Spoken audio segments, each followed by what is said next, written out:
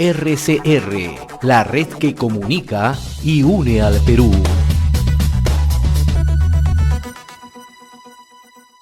Vamos a establecer comunicación para conversar sobre este particular con la psicóloga Valeria Drago Villarán y le agradecemos la gentileza que tiene con RCR, Red de Comunicación Regional.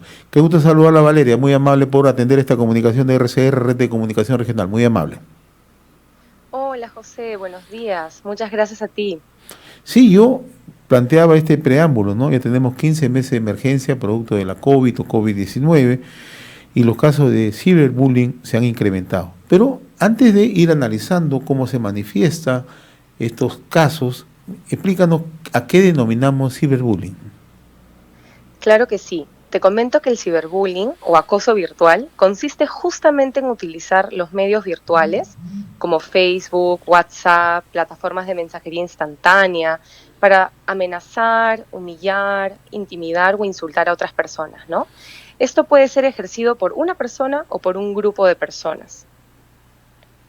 Ahora, en los estudios, en las indagaciones que tú estás siguiendo, además como psicólogo, como especialista en este tema, ¿cómo se ha ido manifestando y si tienes algunas cifras, algunos indicadores? Claro que sí. Mira, te comento que según el Minedo, ¿no? Entre el 2020 y 2021 se ha registrado que el 54% de los casos de violencia entre los escolares ha sido a través de los medios tecnológicos. Y ahora sabemos que cada mes alrededor de 6 y 8 denuncias son las que se están haciendo a través de las redes sociales, ¿no? A través de las plataformas CICB también se han reportado 341 casos de ciberacoso desde inicios de la pandemia. Sin embargo, es importante mencionar que no nos dejemos llevar por este número, ya que la mayoría de personas, de jóvenes, de niños, no lo reportan. Y en base a mi experiencia y al trabajo que yo hago con niños y adolescentes, muchos de ellos han atravesado por una situación de bullying o ciberbullying o han presenciado en la escuela, ¿no? Este tipo de conductas y no lo han reportado, no lo han comentado ni a sus padres ni a los docentes por distintos motivos, ¿cierto? Pero no lo han hecho y es importante tomar en cuenta este factor. O sea, podemos estar hablando de un subregistro, es decir, de casos que no se denuncian, no se dan a conocer. Exacto, totalmente de acuerdo. Uh-huh. Ahora, si vamos a un tema de la casuística, ¿no? ¿Cuáles son los casos o cuáles son el acoso más común que se registra en esto que se conoce como ciberbullying, que no es otra cosa que el acoso virtual? Hay diferentes tipos, ¿no? de ciberbullying, en realidad. Tenemos diferentes tipos como el acoso cibernético, por ejemplo, como comentaba, que una persona, un grupo de personas comienzan a mandar una serie de mensajes que pueden ser abusivos, intimidantes, de forma persistente, ¿cierto? Y esto, por supuesto, todos estos tipos de ciberbullying lo que ocasionan finalmente es que haya un impacto a nivel de salud mental, emocional, a nivel físico de la persona. Y es ahí que cuando este individuo, ya sea niño, adolescente o joven, empieza a experimentar emociones realmente muy intensas, muy abrumadoras, es fundamental que pueda recibir la ayuda necesaria. Ahora, ¿esto se da cuando hay una interacción o es abierta ya estas manifestaciones? Porque cuando hay interacción entendemos que se comunican entre grupos o entre dos personas, ¿no? ¿Cómo has estudiado este tema, no? En realidad hay diferentes formas en las que se manifiesta.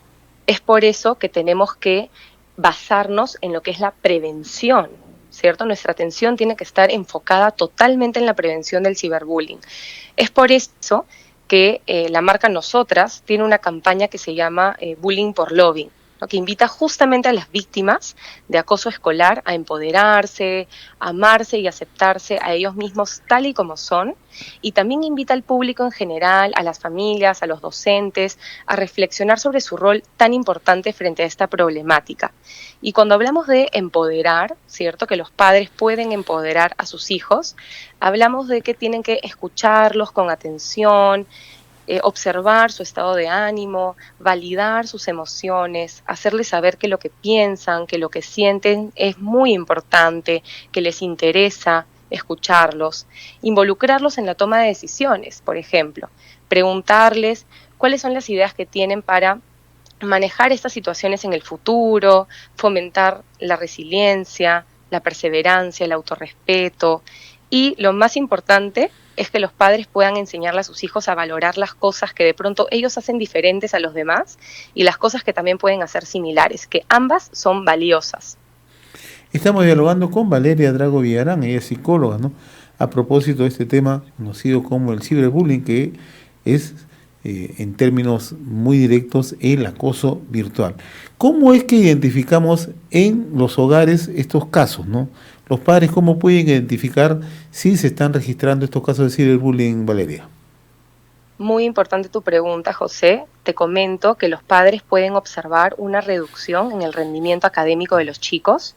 También pueden estar observando cambios en el estado de ánimo, por ejemplo, que los chicos empiecen a presentar una mayor irritabilidad, que estén más cansados, que presenten dolores de estómago, de cabeza, que hayan cambios en los hábitos alimenticios.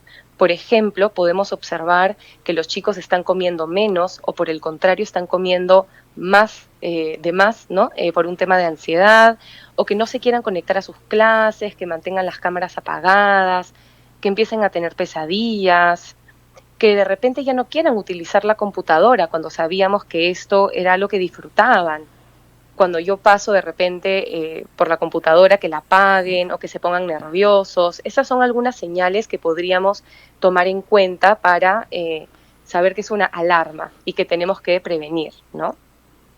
Ahora, el otro caso en el que nos encontramos, y esto ocurre no solamente en las áreas urbanas, sino también en las áreas rurales, ¿no? Que muchas veces los padres no pueden identificar este tipo de casos. Exacto. Por la misma situación que vivimos en el país, ¿no? Yo explicaba al inicio. Exacto. De la conversación, tenemos 15 meses de emergencia, 15 meses de pandemia.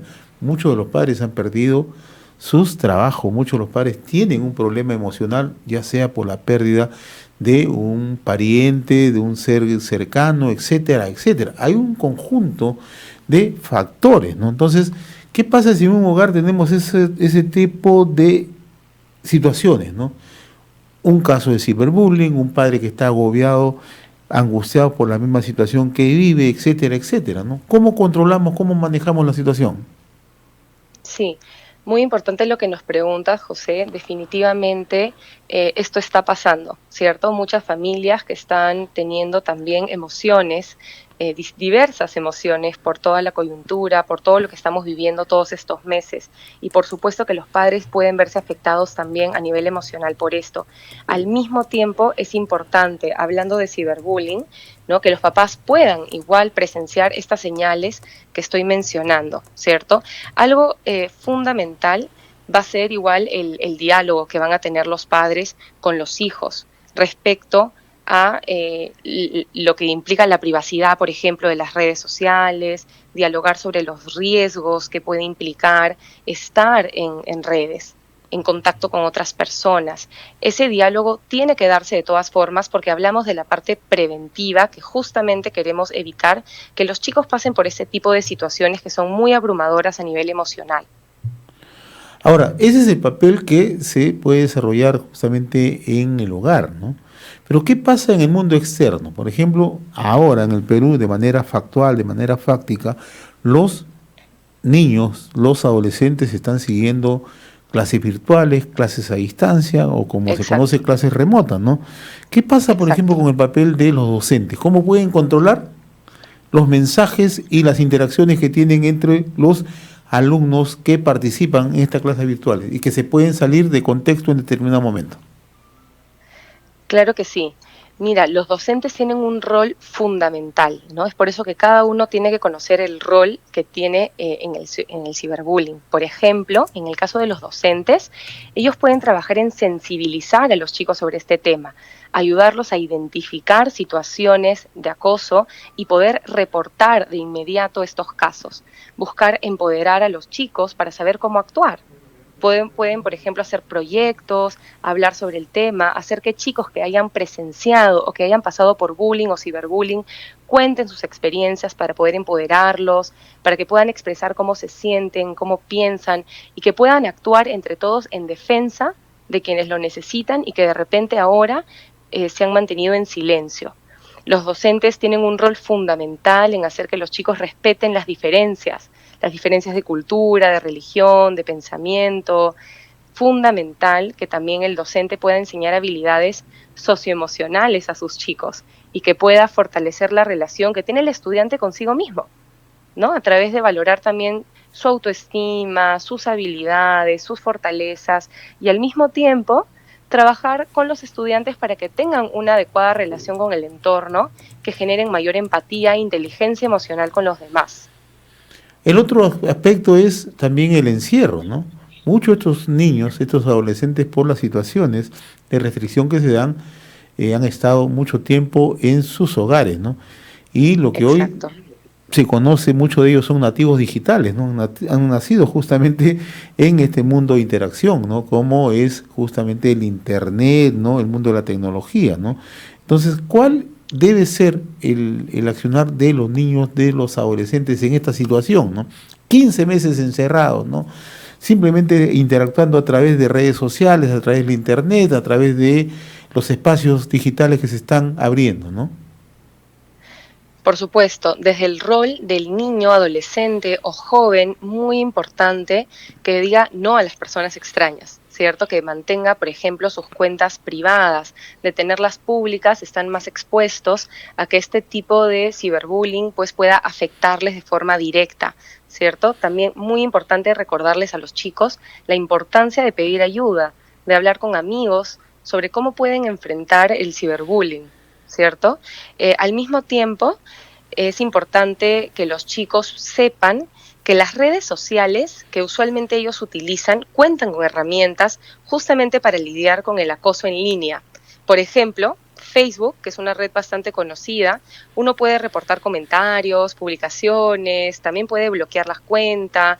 Entonces, si ellos tienen esta información, es más probable que la utilicen, porque lo que sucede, como comentaba, es que por falta de información, de saber que uno puede reportar estos casos, por ejemplo, el Minedu tiene la plataforma CICB, ¿no? Que visibiliza hechos de violencia que se producen y afectan a los estudiantes, y uno puede reportarlo, ya sea por la misma página web de CICB, por la línea telefónica, por WhatsApp, y si contamos con esta información, es más probable que la utilicemos para poder reportar estos casos. Ahora, estamos hablando de lo que ocurre en nuestro país, ¿no? Y justamente ha citado los estudios que hace el Ministerio de Educación, ustedes están impulsando una campaña nosotras, ¿no? Tú te encuentras en estos momentos en Estados Unidos, ¿no? ¿Allá la situación del ciberbullying es igual o es peor? En realidad, el ciberbullying le pasa a cualquier persona, ¿no? Le pasa a todos en cualquier momento, a cualquier edad. No hay un patrón o una característica que deba tener una persona para sufrir de ciberbullying, ¿no? Ya que le puede pasar a cualquiera. Es por eso que es fundamental prevenir el acoso cibernético. Y cuando tenemos un estudiante, un joven, un niño empoderado, puede evitar el sufrimiento de otra persona o su propio sufrimiento, ¿no? Ya que, como comento, nadie está exento de un problema como el ciberbullying, ya sea de forma virtual o presencial en el caso del bullying. Muy bien, Valeria, yo te agradezco infinitamente esta comunicación, ¿no? Estos conceptos y lo más importante, esta orientación que se está brindando a los padres, a los docentes, a los niños, a los adolescentes, ¿no? Y al público en general, ¿no? Porque en efecto, ¿no? En un mundo ya tan contextualizado que se ha convertido en virtual producto de la emergencia que vivimos, hay que estar muy atentos con estos casos, ¿no? Creo que la tecnología ayuda, pero si es mal utilizada y la tecnología tiene otras finalidades, ahí están los riesgos. Y yo te agradezco la gentileza que has tenido de compartir con nosotros estos alcances. Muy amable, Valeria Drago Villarán, muy gentil. RCR, la red que comunica y une al Perú.